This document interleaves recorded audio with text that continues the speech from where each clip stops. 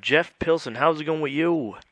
Great, man. Absolutely great. That's good, that's good. You all ready for the presidential elections and all that good stuff Yes, I tonight? voted and I'm good. Excellent. So, what's been going on? You got a new product you're promoting right now, Slave to the Empire. Yes, something we're very, very excited about. George and Mick and I working together again, and plus Brian Tichy on drums on our new songs, and it's 7 new songs and 5 Dokken re-records, and I'm real excited, and I'm real excited at the fan reaction there's been so far, so all is good. So, how is it going in the studio to do this stuff? Oh, it was fabulous. Everybody, we have a long chemistry and history together, and everything just flowed very naturally. It was pretty effortless, really. It was a lot of fun. Now, how would this been recorded? Pro Tools and stuff like that? Yes, it was recorded in Pro Tools, yes. In a big fancy studio? Yeah, mine. Okay.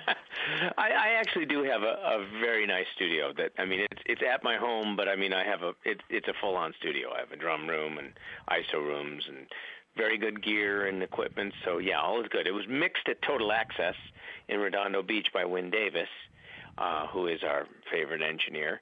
But yeah, recorded here at my studio. So I'm sure you must be really pleased with the sound quality that your room can bring, because this album sounds great. Very, very much I'm happy. Are we going to see something on the road soon with this? Well, we originally wanted to do it in November and December, and for various reasons that didn't quite work out. So probably not going to see, and because of my touring with Foreigner and all of George's commitments, probably not going to see something full on until next record. But in the meantime, we are going to be doing some unplugged stuff. Monday afternoon, George and I are doing something for Playboy. I forget if it's television or radio. We're going to play unplugged. And then on December 12th, we're doing Rockline. And we're going to do a couple songs on there unplugged. So little teaser performances in the meantime, but hopefully something on the road next year. At least you're doing that, because then you're still promoting it in a sense and getting the fans to enjoy hearing it. Yeah, we want to promote it in any way we can. Finding the singers for this, for certain songs, how was that process done? Well, mostly we just called people that we, whose work we like and we thought would be good for Dokken material, and we called and the people responded, and we gave them. Originally we actually cut 12 Dokken songs, so we have 7 more in the can now. We told them what songs we did and let them kind of pick a song, and everything went from there, and we were just extremely happy with the results. Now, the name T&N and not Tooth and Nail, where are you guys going to this? How long did it take you to actually finalize this name? Well, we were asked by someone who doesn't really want us to mention the legal details, but basically in a legal situation, we were asked to change the name, so we did, and we picked T&N because we figured people would sort of identify us with that, and it's been working well. I love the album cover, actually. I'm very, very happy. Who picked out the album cover and the design? That was Joe O'Brien over at Rat Pack Records. He did an amazing job on all the packaging. Just love his work. Nowadays, in let's say 2012, with the CD sales not being as strong, an album cover, is it as important as it once was, would you say? I would say it's not as important, but I still think it is an important thing. I mean, it is many people's first impression when it comes to seeing the product. Which is why we sort of I like the fact that it's kind of bold, it's very simple, and you just sort of see the letters and it just kind of sticks there. So it's not as important as it was in the 70s or the 80s, but I think it still has an important aspect. And it's for me, I just enjoy having artwork that I like. It's just kind of a pleasant thing. Certainly the days of vinyl, when we got to see our artwork all nice and big. Yeah, that was a great thing. Now, gear in the recording studio, do you guys change much throughout the years, to get a certain style going on? What do you use as a bassist? Well, I still use, Fender P basses. I mean, when I'm in the studio, I use my old ones. I've got a couple of 58s, and I got a 63 that I like to record with. Also used a 10-string on a couple songs. which I really enjoy.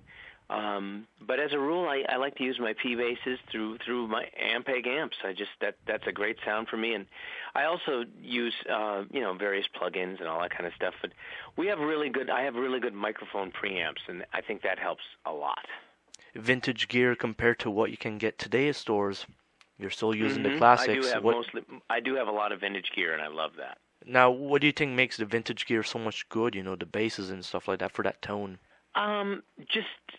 Things were made with a lot of care and quality back then. Plus, when wood ages, it has a different sound, and it loses the moisture that happens in when wood is fairly new. It's very moist, and so it resonates differently than when it dries out. When it dries out, I just like that resonance a lot better. So older instruments have a really nice resonant quality. Let's say for Jeff Pilson, and Foreigner, what are you guys doing there these days? And, how far are you guys going to go? Well, we just got done doing a live broadcast from the Grammy Museum in L.A. on October 30th. And that was an unplugged show, and it was real magical. Mick Jones was there, and it just went really well. So that we'll probably be coming out with that sometime next year, and then just lots of touring. We have some great options for summer packages that are coming our way. So we're going to pick one of those and just go out and tour our brains out like we usually do. Do you find touring's getting easier nowadays? No. Okay. What I do have is, I do find that. I get more tired. It's the older you get, the harder it is. But the playing part of it does get easier, and that's really nice. And the interaction with the fans just gets smoother and smoother over the years, and it's a wonderful thing. And in the entertainment of, traveling, you guys get, maybe a few more gadgets now than you had in the 80s and 90s. A few. And would you say that makes it a lot better? I carry my mobile studio with me all the time now, so I can get quite a bit of work done on the road too. In that case, you're not bored on the road. I'm not. What can we expect in 2013 with Jeff Pilson extra on top of all this stuff? Well, you'll have a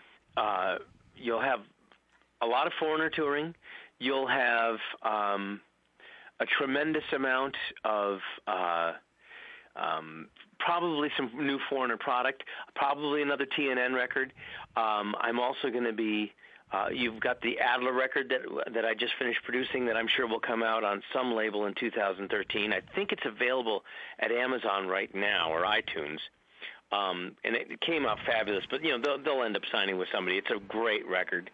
Then I've got a Starship record that I'm going to be finishing up here soon, and that should be coming out probably in the spring of next year. So some production projects, lots of Foreigner touring, another T&N record, and just keeping myself busy. Sounds like life is good, and that's a great thing to hear. Yeah, I think so too. Excellent stuff. Well, Jeff Pilson, been a real pleasure talking to you and promoting this latest project, Slave to the Empire, and I hope this goes great. Great, man. Well, thank you very, very much. I appreciate it.